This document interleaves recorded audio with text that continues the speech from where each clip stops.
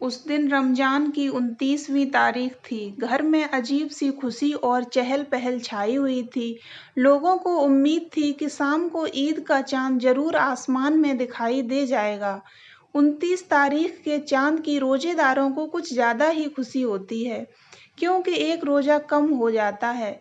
समझ में नहीं आता, जब रोजा न रखने से इतनी खुशी होती है तो लोग रोजे रखते ही क्यों हैं। खैर, उस दिन घर का हर व्यक्ति किसी न किसी काम में उलझा हुआ था। उन सबके खिलाफ हिना सुबह ही कुरान की तिलावत करके पिछले बरामदे की आराम कुर्सी पर आकर बैठ गई थी। थकी थकी निढाल सी, उसके दिल दिमाग सुन्न से थे। न उनमें कोई सोच थी, न ही भावना। वह खाली खाली नजरों से शून्य में ताके जा रही थी। तभी भाभी भाभी पुकारती और उसे ढूंढती हुई उसकी ननद नगमा आ पहुंची। तौबा भाभी, आप यहाँ हैं? मैं आपको पूरे घर में तलाश कर आई। क्यों, कोई खास बात है क्या? हिना ने उदासी सी आवाज में पूछा। खास बात? नगमा को आश्चर्य हुआ।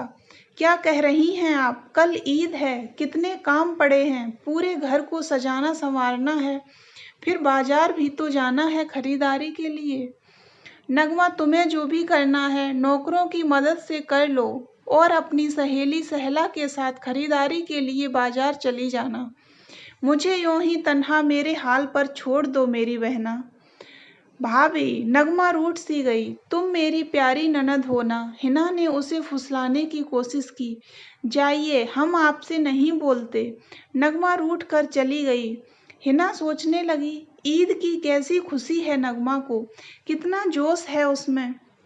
7 साल पहले वह भी तो कुछ ऐसी ही खुशियां मनाया करती थी। तब उसकी शादी नहीं हुई थी। ईद पर वह अपनी दोनों शादीशुदा बहनों को बहुत आग्रह से मायके आने को लिखती थी। दोनों बहनोई अपनी लाडली साली को नाराज नहीं करना चाहते थे। ईद पर वे सपरिवार जरूर आ जाते थे। हिना के भाईजान भी ईद की छुट्टी पर घर आ जाते। घर में एक हंगामा, एक चहल पहल रहती थी। ईद से पहले ही ईद की खुशियां मिल जाती थी। हिना यूं तो सभी त्योहारों को बड़ी धूमधाम से मनाती थी, मगर ईद की तो बात ही कुछ और होती थी।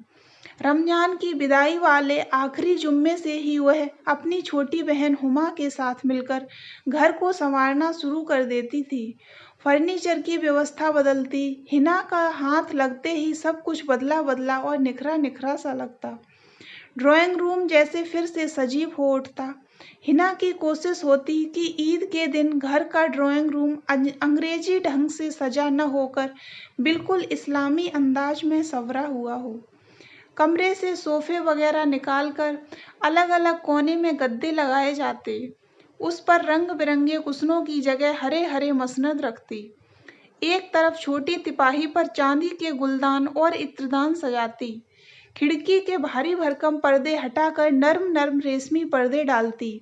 अपने हाथों से तैयार किया हुआ बड़ा सा बेंत का फानूस छत से लटकाती। अम्मी के दहेज के सामान से पीतल का पीकदान निकाला जाता। दूसरी तरफ की छोटी तिपाही पर चांदी की ट्रे में चांदी के बर्क में लिपटे पान के बीड़े और सूखे मेवे रखे जाते। हिना यूं तो अपने कपड़ों के मामले में सादगी पसंद थी, मगर ईद के दिन अपनी पसंद और मिजाज के खिलाफ वह खूब चटकीले रंग के कपड़े पहनती। वह अम्मी के जिद करने पर इस मौके पर जेवर वगैरह भी पहन लेती। इस तरह ईद के दिन हिना बिल्कुल नई नवेली दुल्हन सी लगती। दोनों बहनोई उसे छेड़ने के लिए उसे छोटी दुल्हन कहकर संबोधित करते। वह उन्हें झूठ मूठ मारने के लिए दौड़ती और वे किसी शैतान बच्चे की तरह डरे डरे उससे बचते घूमते। पूरा घर हंसी की कलियों और कहकहों के फूलों से गुलजार बन जाता। कितना रंगीन और खुशगवार माहौल होता था ईद के दिन। ऐसी ही खुशियों से खिलखिलाती एक ईद के दिन करीम साहब ने अपने दोस्त रशीद की चुलबुली बेटी हिना को देखा तो बस देखते ही रह गए। उन्हें लगा कि उस नवेली कली को तो उनके आंगन में खिलना चाहिए। अगले दिन उनकी बीवी आसिया अपने बेटे नदीम का पैगाम लेकर हिना के घर आ पहुंची। घर और बर दोनों ही अच्छे थे। हिना के घर में खुशी की लहर दौड़ गई। हिना ने एक पार्टी में नदीम को देखा हुआ था। नदीम लंबा चौड़ा, साथ ही शरीफ और मिलनसार लड़का था। नदीम उसे पहली ही नज़र में पसंद आ गया था, इसलिए जब आसिया ने उसकी मर्जी जाननी चाही तो वह सिर्फ मुस्कुरा कर रह गई। हिना के माँ बाप जल्दी शादी नहीं करना चाहते थे, मगर दूसरे पक्ष ने इतनी जल्दी मचाई कि उन्हें उसी महीने हिना की शादी कर देनी पड़ी। हिना दुख तकलीफ से दूर प्यार मोहब्बत भरे माहौल में पली बड़ी थी, और उसकी ससुराल का माहौल भी कुछ ऐसा ही था। सुख सुविधाओं से भरा खाता पीता घराना, बिल्कुल माँ बाप की तरह जान छिड़कने वाले सास ससुर, सलमा और नगमा जैसी प्यारी प्यारी चाहने वाली ननदें। सलमा उसकी हम उम्र थी, वे दोनों बिल्कुल सहेलियों जैसी घुल मिलकर रहती थीं। उन सबसे अच्छा था नदीम, बेहद प्यारा और टूट कर चाहने वाला, हिना की मामूली से मामूली तकलीफ पर तड़प उठने वाला। हिना को लगता था कि दुनिया की तमाम खुशियाँ उसके दामन में सिमट आई हैं। उसने अपनी जिंदगी के जितने सुहाने ख्वाब देखे थे, वे सब पूरे हो रहे थे। किस तरह 3 महीने गुजर गए उसे पता ही नहीं चला। हिना अपनी नई जिंदगी से इतनी संतुष्ट थी कि मायके को लगभग भूल सी गई थी। उस बीच वह केवल एक ही बार मायके गई थी, वह भी कुछ घंटों के लिए।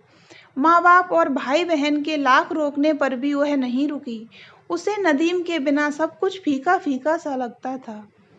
एक दिन हिना बैठी कोई पत्रिका पढ़ रही थी कि नदीम बाहर से ही खुशी से चहकता हुआ घर में दाखिल हुआ। उसके हाथ में एक मोटा सा लिफाफा था। बड़े खुश नजर आ रहे हो, कुछ हमें भी बताएं, हिना ने पूछा। मुबारक हो जाने मन, तुम्हारे घर में आने से बहारें आ गईं। अब तो हर रोज रोजे ईद है। मगर बात क्या है, यह तो बताओ सही।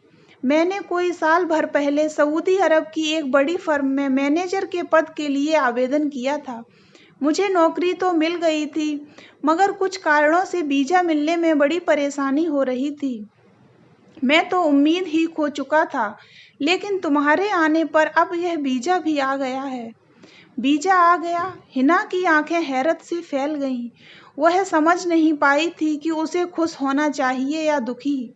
हाँ हाँ, वीज़ा आया है और अगले ही महीने मुझे सऊदी अरब जाना है। सिर्फ 3 साल की ही तो बात है। आप 3 साल के लिए मुझे छोड़कर चले जाएंगे? हिना ने पूछा। हाँ, जाना तो पड़ेगा ही। मगर क्यों जाना चाहते हैं आप वहाँ?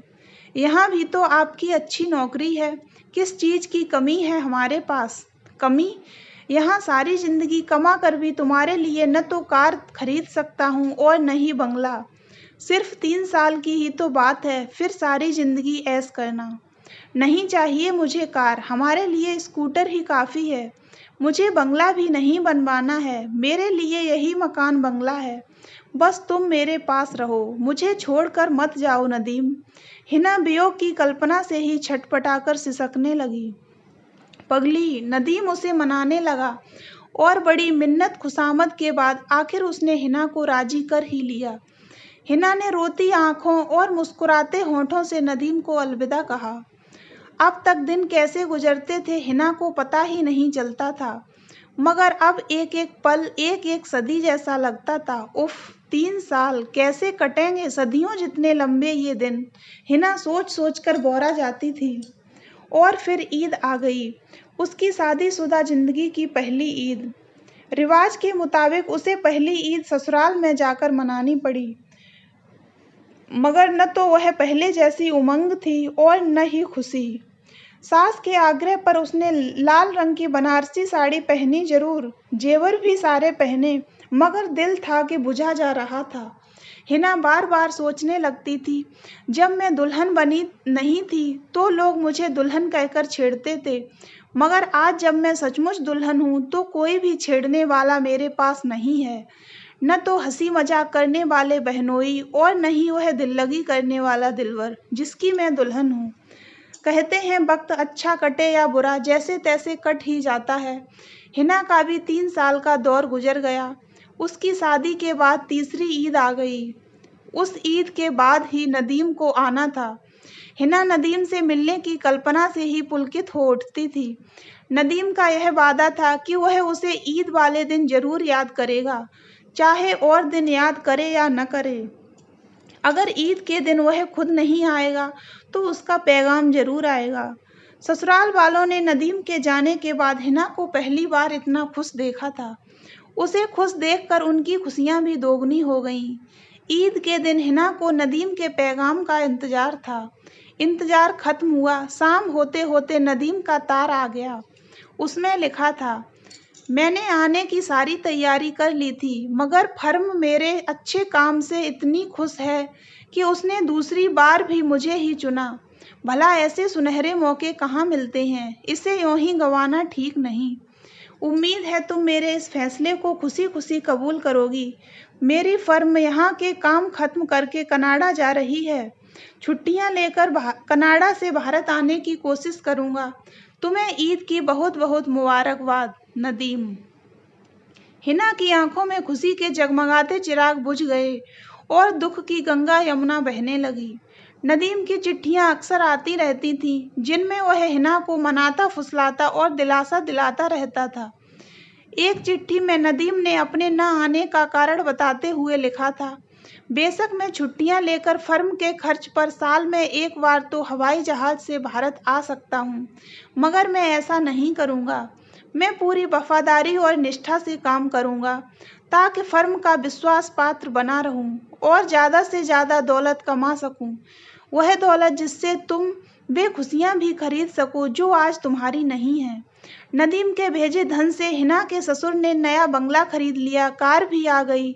वे लोग पुराने घर से निकलकर नए बंगले में आ गए। हर साल घर आधुनिक सुख सुविधाओं और सजावट के सामान से भरता चला गया और हिना का दिल खुशियों और अरमानों से खाली होता गया। आगे की कहानी के लिए हमारा नेक्स्ट वीडियो अवश्य देखें।